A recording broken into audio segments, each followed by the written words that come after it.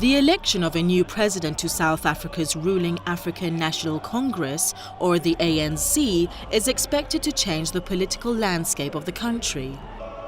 This also comes amid concerns over widespread corruption and poverty in a country that stood against apartheid under Nobel Peace Prize laureate Nelson Mandela. The outgoing ANC President Jacob Zuma, who has been at the helm of the party for more than a decade, has called on everyone to struggle for unity. Our movement is at a crossroads. Theft and corruption in the private sector is as bad as that in government and must be dealt with decisively by law enforcement agencies. The new ANC president is likely to become the next president of Africa's most industrialized economy after elections in 2019. But the party will not have an easy road ahead, particularly given that allegations of scandal and corruption have tainted the leader Zuma for a long time now.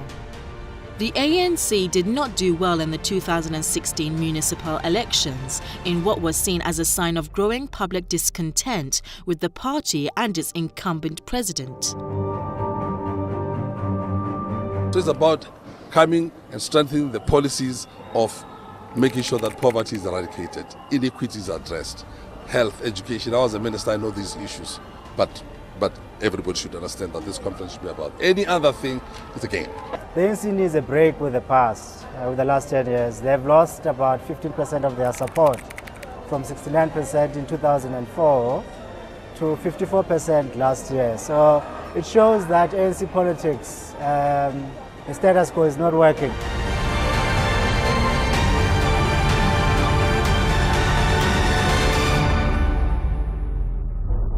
South Africa's President Zuma faces a series of allegations pertaining to his private business. This past Wednesday, the country's High Court ruled that he must set up a judicial inquiry to look into allegations of state influence peddling within 30 days. This was the latest in a series of judicial blows to Zuma's administration, already gripped with too many scandals. The beleaguered president has already moved to challenge the inquiry. He has to the same effect appointed a state prosecutor to decide whether to look for a way to nullify corruption charges against him. But prosecutors have criticized this and described it as ill-advised and reckless.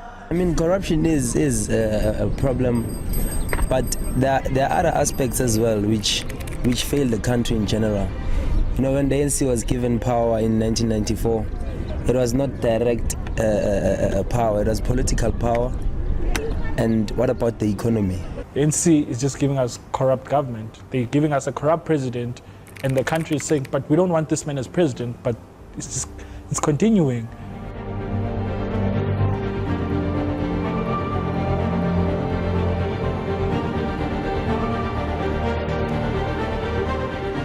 Zuma's case will undoubtedly be influential in shaping the future of South Africa's politics when the nation goes to the polls to elect a new president in 2019.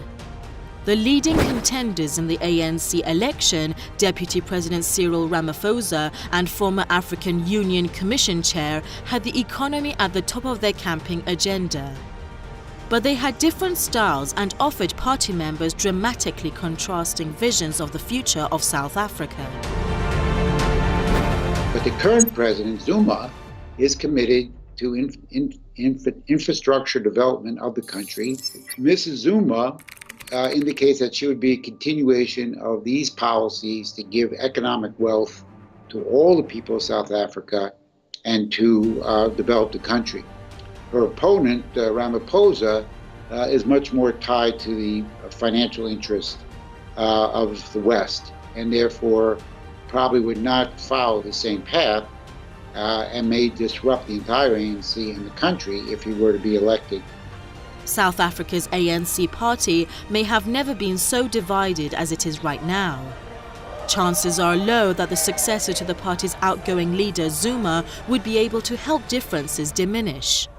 And the root of the disputes is, of course, the poor handling of the economy that has led to the spread of corruption and poverty in the country.